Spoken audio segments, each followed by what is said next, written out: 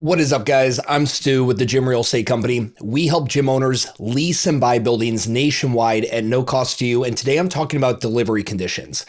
Delivery conditions are simply the conditions of the site when delivered to you by the landlord. There's four main delivery conditions, and depending on which one you get, you might have no construction budget or need for construction budget, and you might have a multiple six-figure budget. So let's go ahead and dive into these. The very first delivery condition we're going to discuss today is cold dark shell. Now, cold dark shell is by far the most expensive delivery condition. Expensive for not only the landlord, but also going to be expensive for you. This is where you walk into a space in what we call first generation space.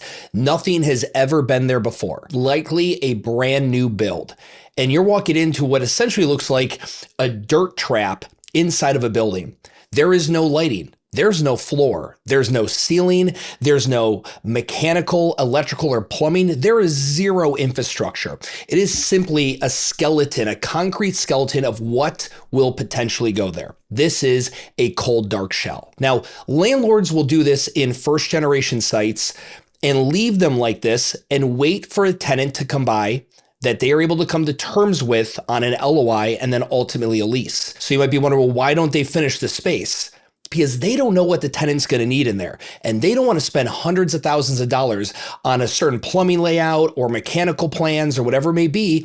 And then a tenant comes in and has a completely different need for the space. So the first generation sites are going to wait for that first generation of tenants to come in, and their plans are going to dictate where everything goes. First generation sites are marketed very appealing. You might see advertisements that show $200,000 in TIA, tenant improvement allowance, or very attractive TIA packages available for qualified tenants. And it's true, landlords will give a lot of TIA, tenant improvement allowance, which is monies they are going to give you to make capital and leasehold improvements to the space.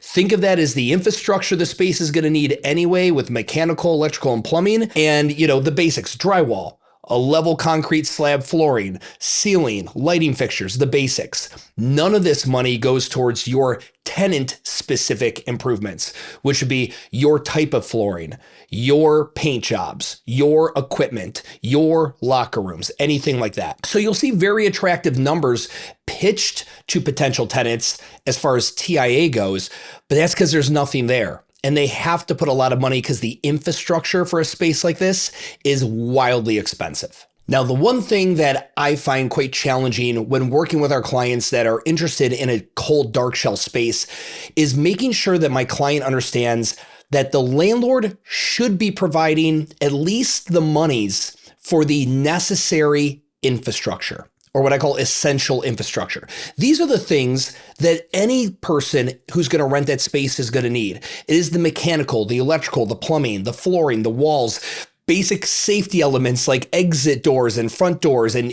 store cutouts. All of that should be provided by the landlord. The tenant should not have to finance the capital improvements to finish the space. I do believe the tenant should finance their tenant-specific cost. So it's very important when you're negotiating that you have somebody who understands what the infrastructural costs are versus the tenant-specific cost, and that the lease is negotiated accordingly. Next up is a vanilla box, or what we'd call a white box. This is the most attractive option for a tenant because you essentially get all the infrastructure in place and no demising walls, just a nice, clean, wide open box. It's got mechanical, electrical, and plumbing.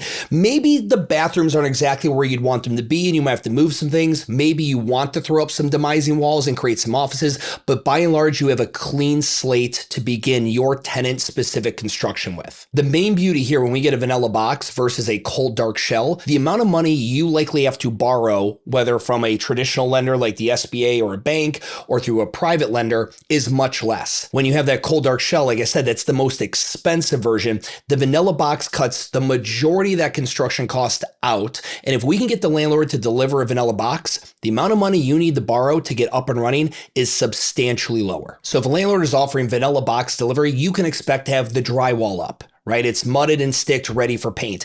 A concrete slab floor that should be level.